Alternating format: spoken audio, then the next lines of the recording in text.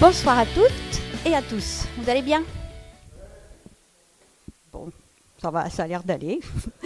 Alors, lors de ma dernière prédication qui était sur le bonheur, je ne sais pas si vous vous souvenez, j'avais fait, en fin de prédication, j'avais fait une allusion au sermon sur la montagne qu'on appelle communément les béatitudes. Alors, c'est un passage qui n'est pas toujours facile à lire, ni parfois même à comprendre. Mon but ce soir, ça ne va pas être de l'examiner en détail, mais plutôt de comprendre ce qui a amené Jésus à donner ce sermon, ce discours, à qui il l'a fait et quelle intention il avait, et en quoi est-ce que ce sermon aujourd'hui peut encore nous concerner. Alors on va lire ce texte dans Matthieu 5, du premier verset jusqu'au verset 10. Voyant la foule, Jésus monta sur la montagne, et après qu'il se fut assis, ses disciples s'approchèrent de lui. Puis, ayant ouvert la bouche, il les enseigna et dit : Heureux les pauvres en esprit, car le royaume des cieux est à eux. Heureux les affligés, car ils seront consolés. Heureux les débonnaires, car ils hériteront la terre. Heureux ceux qui ont faim et soif de la justice, car ils seront rassasiés. Heureux les miséricordieux, car ils obtiendront miséricorde. Heureux ceux qui ont le cœur pur, car ils verront Dieu. Heureux ceux qui procurent la paix, car ils seront appelés fils de Dieu. Heureux ceux qui sont persécutés pour la justice, car le royaume des cieux est à eux. En fait, quand on regarde l'évangile de Matthieu, on voit que les premiers chapitres nous racontent comment Jésus est né à Bethléem, dans une humble étable, comment il retrouve Jean-Baptiste sur les bords du Jourdain, et puis ensuite comment il passe 40 jours dans le désert où il est tenté par le diable, et ensuite comment est-ce qu'il retourne en Galilée, et là il s'entoure de quelques disciples. Et on arrive quelques versets plus loin, et qu'est-ce qu'on voit tout à coup? Il est au milieu d'une foule, ou plutôt, il faudrait plutôt dire au milieu de foules au pluriel, et on dirait aujourd'hui que nous assistons là à l'ascension fulgurante d'une nouvelle star. Je pense qu'à l'époque, il y aurait pu y avoir beaucoup de journalistes. Qu'est-ce qui a fait cette réputation? Eh bien, Jésus, il allait de village en village, il guérissait les malades, les épileptiques, les paralytiques, les possédés, mais aussi il prêchait, il enseignait. Et là, nous avons dans Matthieu 5, que nous venons de lire, sa première prédication, en fait, son premier sermon officiel, avec bien sûr, Jésus avait toujours dans tout ce qu'il disait un but, un enjeu, une perspective, et qui va bien plus loin que le moment même où Jésus donne ce discours. Alors dans l'évangile de Matthieu, on voit que Matthieu a pour intention de rassembler les enseignements de Jésus, et ce texte qu'on vient de lire, on le retrouve aussi dans Luc 6. Et dans les deux évangiles, on retrouve le même contexte. On a Jésus, on a les disciples, et on a une foule qui est là, qui veut être guérie par lui et qui veut aussi l'entendre. Mais on voit quand même que Matthieu, comme Luc, attire l'attention sur le fait que, pour Matthieu, il est dit que Jésus s'assoit et les disciples s'approchent de lui. Et Luc dit que quand Jésus prend la parole, il lève les yeux sur ses disciples. Et on pourrait dire, mais aujourd'hui, qu'est-ce qu'il ferait Jésus ? Je pense qu'il regarderait, il lèverait ses yeux aussi vers les disciples que nous sommes ici aujourd'hui. Parce que qui sont ces disciples? C'est nous aujourd'hui. Et l'objectif reste le même pour Jésus, qui est de les enseigner, de nous enseigner, pour un but précis qui est de celui de faire grandir son royaume. Le texte de Matthieu 5, ça commence par « Voyant la foule, Jésus monta sur la montagne ». Et en fait, quand on regarde le texte original, on voit qu'il y a un petit mot qui n'est pas traduit en français ici, et qui semblerait rien du tout, mais en fait qui donne un peu tout son sens à ce que Jésus s'engage à faire sur la montagne. Ce petit mot, il est traduit par « mais ». Et en fait, ça donne, alors que juste avant, on voit un Jésus avec la foule, mais Jésus, voyant la foule, monta sur la montagne. Et quand on regarde encore plus près, on voit que ce voyant la foule veut dire Jésus, là, il voit cette foule et il comprend le besoin profond de cette foule. Il voit quel est son besoin intérieur. Et quand on lit les 8 béatitudes, parce qu'il y en a 8, on voit que elle relève vraiment d'une connaissance profonde de la nature humaine, de ce que la nature humaine peut vivre à travers tout ce qu'elle peut traverser, de ses besoins, et en même temps, elles invitent à entrer dans le royaume à la suite de Jésus, qui, nous le savons toutes et tous, est le seul capable à nous faire vivre tout ce qui suit après. Jésus, il a pour intention de faire comprendre à la foule qu'il n'est pas seulement quelqu'un qui guérit. Il veut les amener à leur donner les clés pour pouvoir découvrir le royaume de Dieu et le suivre. Quand on lit ces béatitudes, en fait, on a un peu le sentiment qu'on a le portrait d'un homme. Cet homme, c'est Jésus lui-même, le portrait d'un homme qui est un modèle et qui a commencé à être ce modèle au début de son ministère et qui va être ce même modèle jusqu'à la croix. C'est une invitation vraiment pour chacun d'entre nous à vivre à sa suite selon son modèle.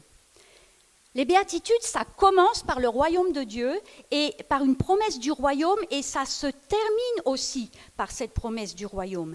Et ce royaume, c'est celui qui est présent maintenant, alors que Jésus parle, présent sur terre en la personne de Jésus, mais c'est aussi ce royaume, cette promesse de royaume de l'éternité. Quand je lis, et ça c'est quand même frappant, que les béatitudes, c'est vraiment comme un principe de vie pour chacun d'entre nous dans le royaume de Dieu. Aujourd'hui, pourtant, alors que nous sommes sur terre, dans le royaume de Dieu sur terre, là justement où se trouve cette foule qui a tellement, tellement besoin de Jésus.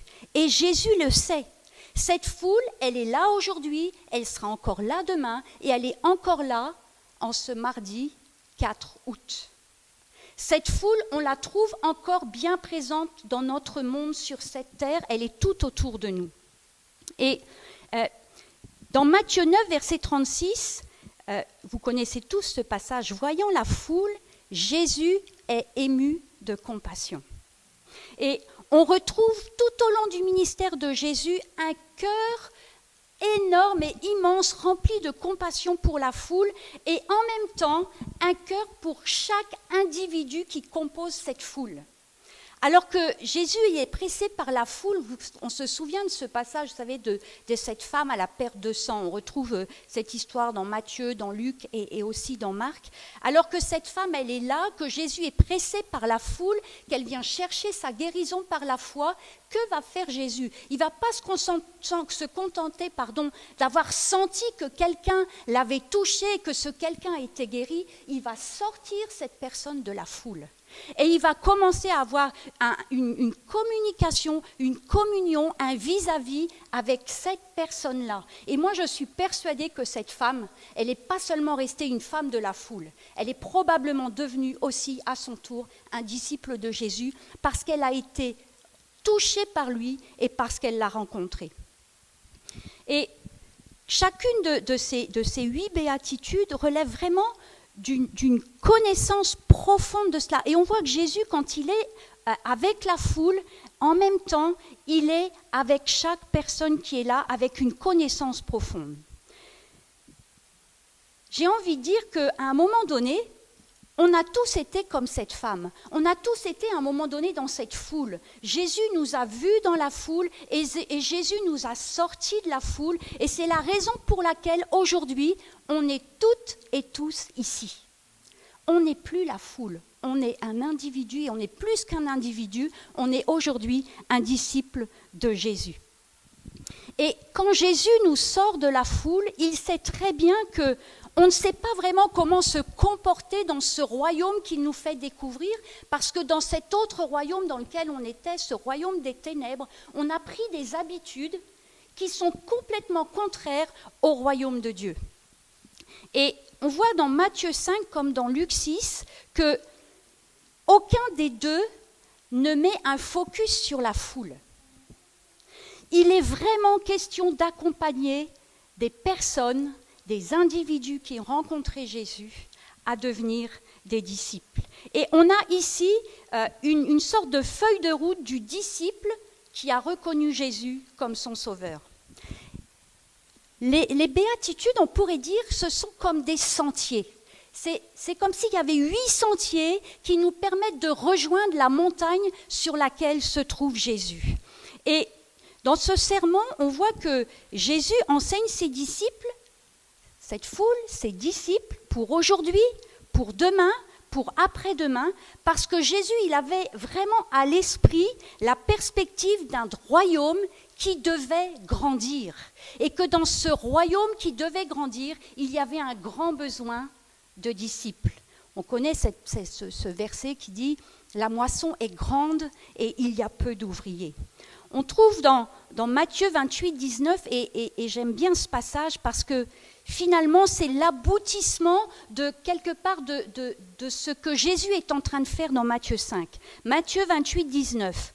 Allez, faites de toutes les nations des disciples, les baptisant au nom du Père, du Fils et du Saint-Esprit, et enseignez-leur à observer tout ce que je vous ai prescrit, et voici, je suis avec vous tous les jours, jusqu'à la fin du monde. Et aucun d'entre nous ne pourrait être un bon disciple et ne pourrait faire des disciples si on ne vivait pas dans le royaume de notre Père selon le modèle de Jésus. C'est intéressant de voir que on a l'habitude de dire que Matthieu 5 est tiré du psaume 37, qu'on y retrouve des similitudes. Et on va lire ce psaume 37, pas dans son intégralité. On va d'abord lire du premier verset jusqu'au verset 9. Et c'est David qui parle. « Ne t'irrite pas contre les méchants, n'envie pas ceux qui font le mal, car ils sont fauchés aussi vite que l'herbe, et ils se flétrissent comme le gazon vert. Confie-toi en l'Éternel et pratique le bien. Aie le pays pour demeure et la fidélité pour pâture.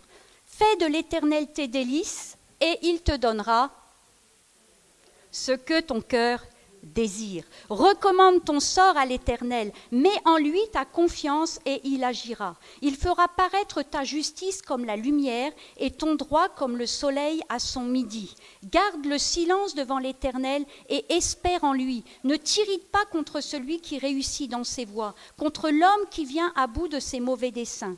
Laisse la colère, abandonne la fureur. Ne t'irrite pas, ce serait mal faire, car les méchants seront retranchés et ceux qui espèrent en l'Éternel posséderont le pays.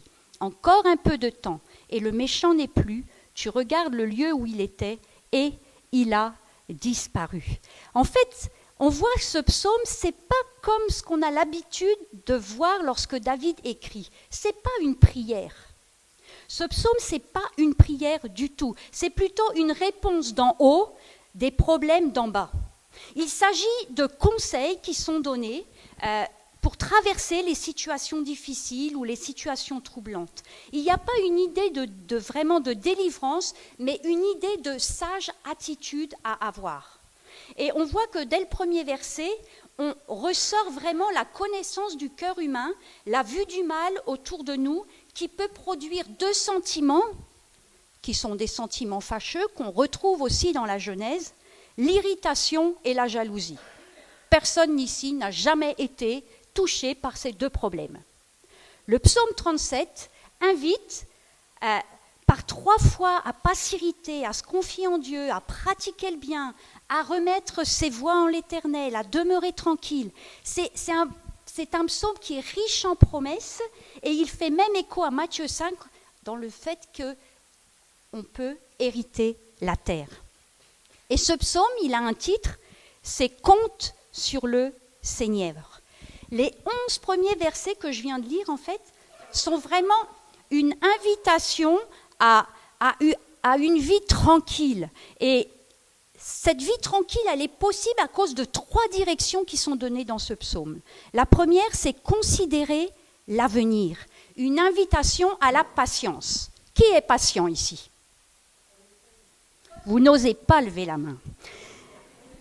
Une invitation à s'engager, tu as raison Dominique, à s'engager à la patience, car Dieu est maître du temps. Le verset 10, encore un peu de temps et le méchant n'est plus. Tu regardes le lieu où il était et il a disparu. On est invité à considérer l'avenir dans le temps et dans les mains de Dieu. Et ensuite, on est invité à regarder en haut. Versets 4 et 5, « Fais de l'Éternel tes délices, il te donnera ce que ton cœur désire. Recommande ton sort à l'Éternel, mets en lui ta confiance et il agira. » Et en troisième position, on a une direction qui est d'être quelqu'un d'engagé. La deuxième partie du verset 3 nous dit de pratiquer le bien, de bien agir. Et ça, c'est important pour pouvoir lutter contre la colère et son fruit amer. Dans le verset 8 qu'on a lu, « Laisse la colère, abandonne la fureur, ne t'irrite pas, ce serait mal faire. » On voit ici, dans tous ces sages conseils, finalement, on retrouve ce que Jésus lui-même a été sur terre pendant son ministère terrestre. Toutes les difficultés qu'il a pu rencontrer, il est toujours resté quelqu'un de tranquille, de calme, qui ne s'est jamais laissé aller à la colère face à toutes les adversités. Et Matthieu, il reprend un peu tout ça, il ne nie pas du tout les difficultés que le psalmiste est en train d'énumérer, il ne nie pas les attitudes pour lesquelles nous sommes un petit peu menacés, mais il va aller plus loin.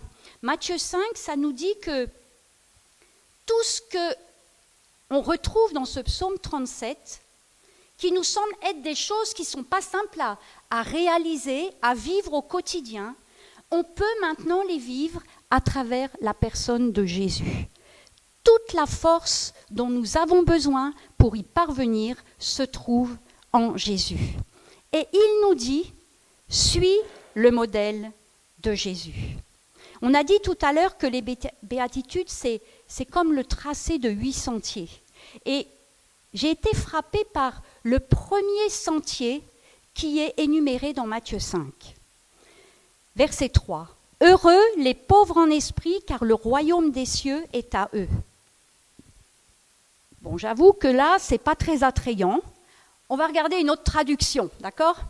« Heureux ceux qui reconnaissent leur pauvreté spirituelle, car le royaume des cieux est à eux. » Qu'est-ce que ça veut dire ?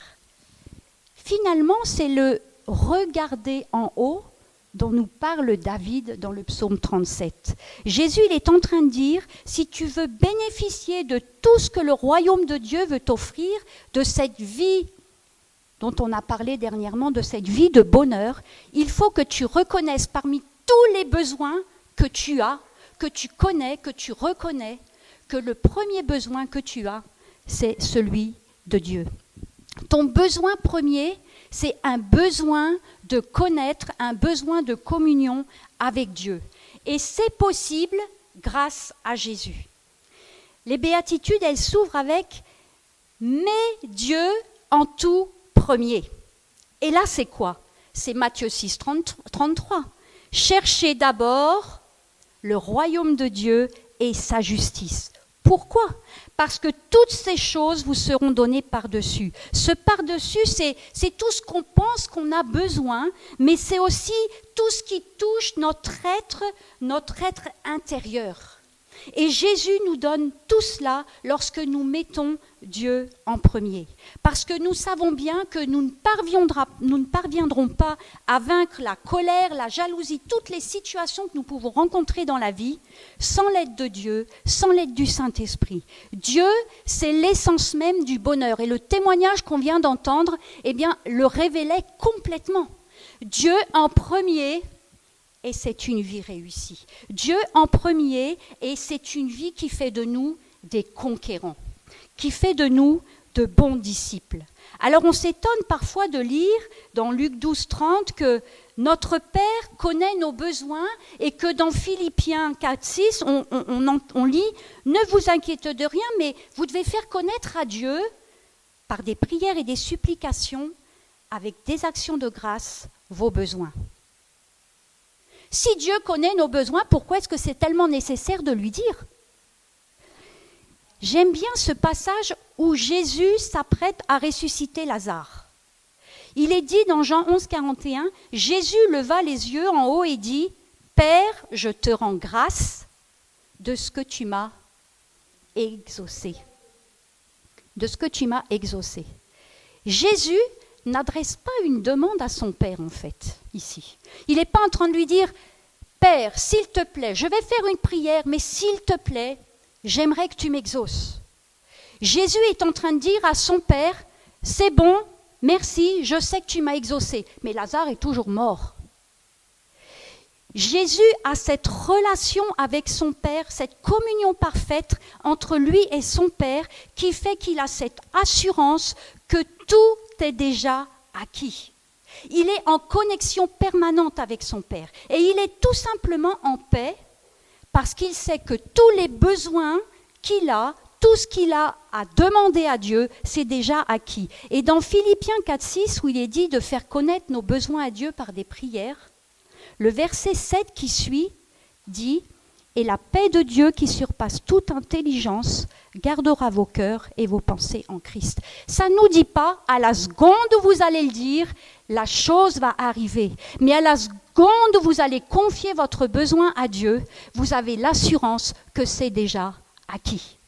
Et ça s'appelle le résultat d'une communion avec notre Père, d'une connaissance avec notre Père, du fait que oui, j'ai cherché dans ma vie, je cherche et je mets Dieu en premier dans ma vie.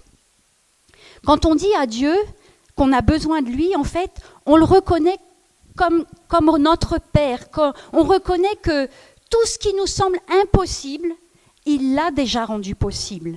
On se place vraiment sous sa seigneurie. On devient héritier du royaume parce qu'on rentre comme disciple, comme enfant, comme fils et comme fille de Dieu. Et on lui donne une autorité et on se place dans ce royaume, dans cette autorité. Et on devient héritier aussi de cette autorité. Et on donne aussi droit à Dieu de nous guider. Vous savez, comme on fait avec le GPS. Sauf que ce GPS-là, il s'appelle Jésus. Et il nous arrive dans notre GPS qu'on ne l'écoute pas. Et qu'il nous dit, faites demi-tour, revenez sur vos pas. Et parfois, on insiste, on y retourne parce qu'on est persuadé que quand même, on sait où on va. Et en fait, on ne sait pas où on va. Les béatitudes, c'est un tracé de sentier qui fait un va-et-vient entre la terre et le ciel. Mais c'est encore plus que ça. C'est une capacité à regarder dans deux directions en même temps. Qui ici peut regarder en haut et en bas en même temps? Je pense qu'il n'y a personne. Vous savez, il y a un animal qui sait faire ça. J'ai découvert ça. J'étais en admiration d'ailleurs devant ça. Le caméléon. Le caméléon a un système de vision qui est bien particulier. Il peut bouger chaque œil de manière indépendante et cela lui permet de voir dans deux directions distinctes en même temps.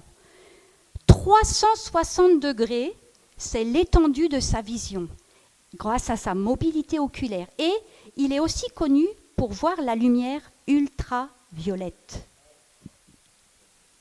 Matthieu 5, verset 3. Matthieu 5, verset 3. « Heureux les pauvres en esprit, car le royaume des cieux est à eux. » Ce verset-là nous permet d'avoir une vision de 360 degrés. Ce verset qui nous appelle à chercher le royaume de Dieu et sa justice en premier nous permet d'être ici sur terre et de vivre sur cette terre avec tout ce que ça comporte et en même temps savoir ce qui se passe et voir spirituellement ce qui se passe dans les lieux célestes. Ça nous rend vraiment capables de voir tout cela. On sait bien qu'on ne réussit pas toujours. En tout cas, moi, je ne réussis pas toujours. Il y a des fois, je n'ai pas le sentiment d'avoir cette vision du 360 degrés. Mais peut-être que vous y arrivez tout le temps. Et là, j'ai envie de dire Alléluia. Mais Jésus, il est là, il est avec ses disciples. Et il leur a promis cette grandeur de vision à partir du moment où ils mettront Dieu en premier, de la même façon qu'il nous le dit à nous aujourd'hui. Et Jésus, il est là et il leur promet cette présence permanente. Mais il leur dit aussi que cette présence, elle sera là aussi quand il sera remonté vers son Père. Et dans Jean 14, 26, il leur dit « Mais le Consolateur, l'Esprit Saint, que le Père enverra en mon nom, vous enseignera toutes ces choses et vous rappellera tout ce que je vous ai dit. L'expression de notre besoin de Dieu, notre besoin d'avoir Dieu en premier dans notre vie, ça nous oriente vraiment vers Jésus, qui nous permet de vivre tous les autres sentiers.